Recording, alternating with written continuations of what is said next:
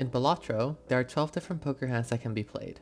However, would it be possible to beat a game of Balatro only being allowed to use each poker hand one time? Now, I found a seed on Reddit that would give me a pretty strong foundation for this run. The only thing that's really left is to see if it's possible. We start off by skipping the small and big blind and heading straight into the boss blind. I don't really want to play any unnecessary rounds or unnecessary hands, as it would permanently remove one of the poker hands I can play, making it so that one-shotting each round is essential. I end up finding a full house to clear the boss blind in one go, and removing the full house as a hand available to play. We then head into the shop where the foundation from the seed comes in.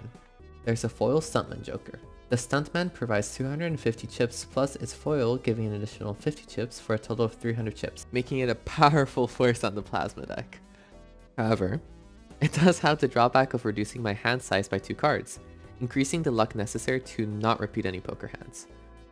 I, of course, bought it, and then bought the other rare Joker, instantly selling it for the additional money. This card combined with the Stuntman would give me another 250 chips, making it so that we're guaranteed 550 chips per hand played. I headed out of the shop once again and skipped the small and big blind. When entering the boss blind, I spied an opportunity for a straight, so I went forward and fished for it, as it might be good to get the harder hands to find out of the way. Luckily, I found it and was able to pass the round in a single hand, eliminating the straight. When returning to the shop, I found a foil rough gem and a hermit.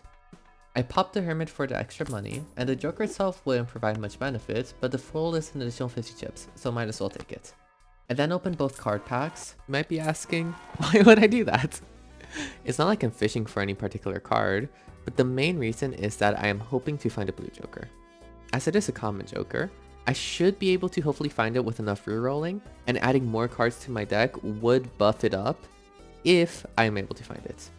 And since I'm adding cards, might as well choose kings on both packs, as it could potentially increase my chances to get a 4 of a kind, or even a 5 of a kind. I skipped both the small blind and the big blind and went back into another boss blind. I was able to find a flush, one-shotting the boss and eliminating it as a hand available to me. In the shop, I opened another card pack, but decided to take the stone card instead of the king, as I could add it on to various different hands in order to get an additional 50 chips. With that, I made a potentially risky decision. Having so much cash at the moment, I wanted to reroll in order to find another chip generating Joker, to hopefully set me up for the rest of the game. I found a square Joker, but I didn't have enough time to set it up. And after 2 rolls that were blanks, I found the blue Joker. All those card packs I opened were justified. I skipped a small blind, getting a spectral pack, and popped the Grim Spectral card to add more cards to my deck. I then skipped the big blind and head into the boss blind. After a few discards, the best thing that I could find that I had not used was the 3 of a kind, further trimming down the hands I could use. In the shop, I bought the Sun Terror card to potentially help me make a flush 5, or a flush house, opened a card pack, and left the shop. I skipped both blinds, and in the boss blind I started to search for a queen for a 4 of a kind, but gave up and ended up using a 2 pair, once again limiting the hands I had left.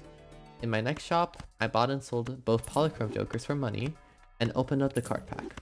I also decided to get the voucher, as getting deck fixing tarot cards into my consumable slots might help me find some of the rare poker hands if necessary.